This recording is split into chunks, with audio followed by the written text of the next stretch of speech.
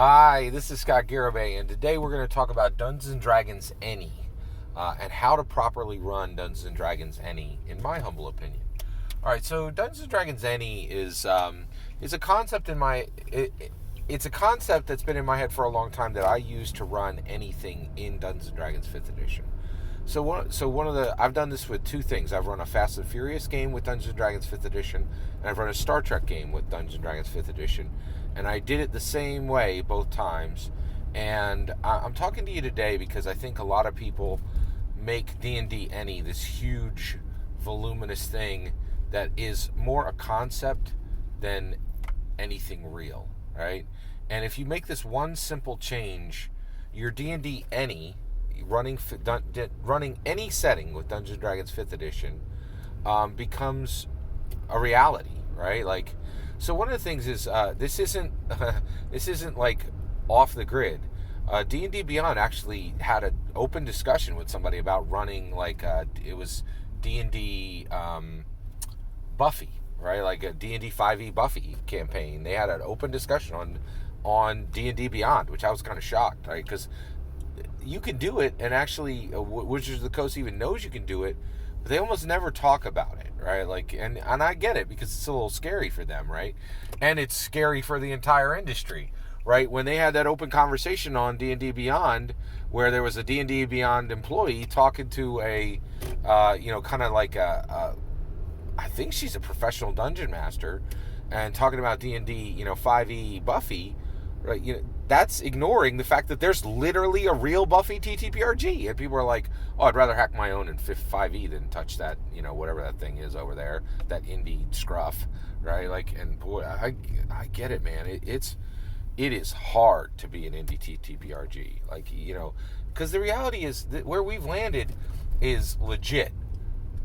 If Wizards of the Coast publishes errata for D&D, it'll get 100 times more coverage than any other company literally announcing a new game, right? Or even delivering a new game, right? That's the world we've landed in, and it is really shocking, to tell the truth. Like, because I don't think anybody realized how much bigger D&D was than every indie competitor it has, right?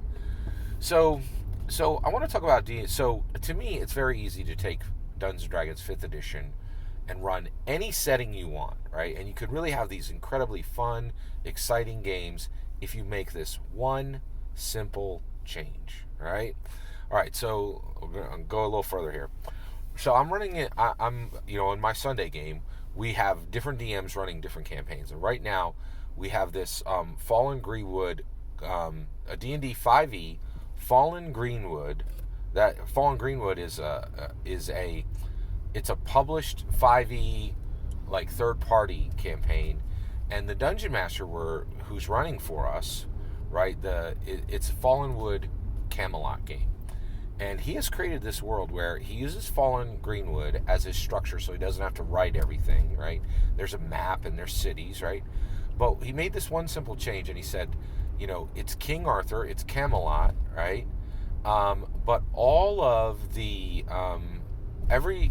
knights of the Round Table and the whole world, the only nobility in the world are all dragonborn, right? And he has this beautiful. He's a fantastic dungeon master, and the game has been really fun.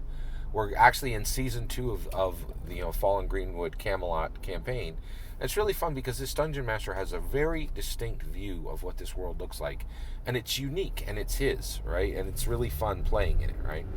So we finished the game the other night, and one of the players was like, "Oh my gosh, you patterned this entire non-player character team that we worked with after the Leverage characters on the television show Leverage, didn't you?" And the DM got a smile on his face. He said, "I sure did. Yeah, it was pretty cool, right?" And everybody, and the one player who was like really into Leverage was like, "Yeah, that was really fascinating, right?" And I thought it was great. I think this is a great idea. Basically we were playing in a fantasy game, but what he did was he took this adventuring rival team that we were going up against. Actually, they were allied to us, so we were allied with this adventuring team, and we finished this quest with them. and he knew how each person in that team would talk, what they looked like, because they were all patterned off of this Leverage show, the main characters in Leverage, and so he could just paint this beautiful picture, and there was just this really strong, powerful, you know, picture in his mind of this team, right? And so I was like, wow, that was really spectacular. I really like that, that he did, he kind of really used this one trick to kind of color his world, and just did a really great job of coloring his world by using this Leverage show, right? So when we get done, right, he says, oh yeah, I got lots of, player characters that are structured after, I got, villain crews, and, ally crews, and they're all structured after, different groups, and I've built these characters out, right? And he goes, I build out the TMNT group. And I'm like, oh my gosh, you build out Leonardo, Donatello, Michelangelo, Raphael as D&D characters. And he's like, yeah. And I was like, that's awesome.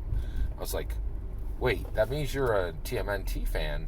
Could you just run, like, and so one of the things is, he's in like session 3 of season 2, and each season has 4 sessions, right?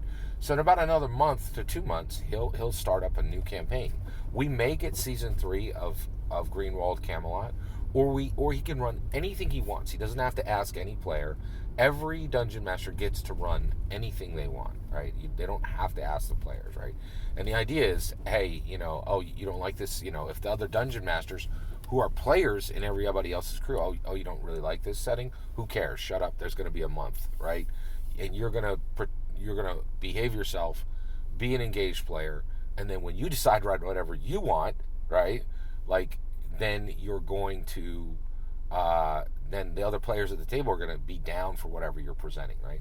So I asked this dungeon master, I'm like, hey, if you've already, if you've already, kitted out all these TMNT characters in 5th edition, you're obviously a TMNT fan. I'm a huge TMNT fan. Absolutely massive, and I'd really like to talk to you about, and I'm going to make an official request. Can you run TMNT in D&D 5e, right? You know what he said? He's like, oh yeah, I could probably do that.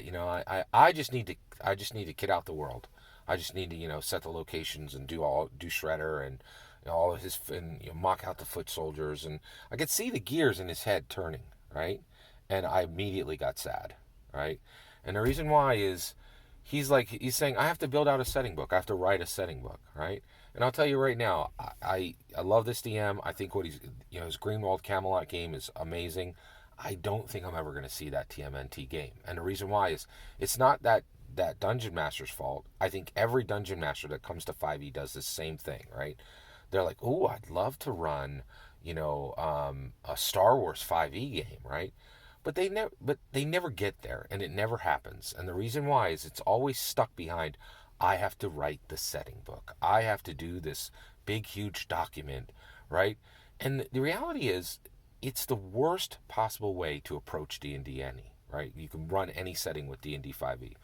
And the reason why is you're going to write this gigantic, book, right? And no one's going to read it. Nobody cares. They're not going to do homework for your game, right? All you need to do to do D&D 5e any is just start, right? Just say, I was like, oh, man, I would love to run in that D&D TMNT game. And what that DN could have said is, hey, next Wednesday, 8 to 10 p.m., I'm going to run a one-off session for you immediately. We all show up at the table, and we're going to create characters right there, right? And it's all going to be 4th level, and it's going to be a ton, I need 4 players. Each one of you is Michelangelo, Donatello, Leonardo, and Raphael. You'll each have a turtle, and we're going to build them right at the table. And what it is going to be, you're going to be 4th level, and here's what's going to happen. Basically, you're going to roll your HP normal, you're going to roll your attributes normal, you're going to put them wherever you want, right? And your class is ninja, right? And I'm going to tell you what your class is right now. Every single one of your kicks and your punches do dagger damage, right? And then I'm going to give you, and then you're going to be able to pick 4 skills, and then 1 more skill for each level. And I'm going to give you 3 feats that are all feats that already exist in the game, and we're just going to skin it for, for the modern, and we're going to be playing on Wednesday, and it's going to be go, right?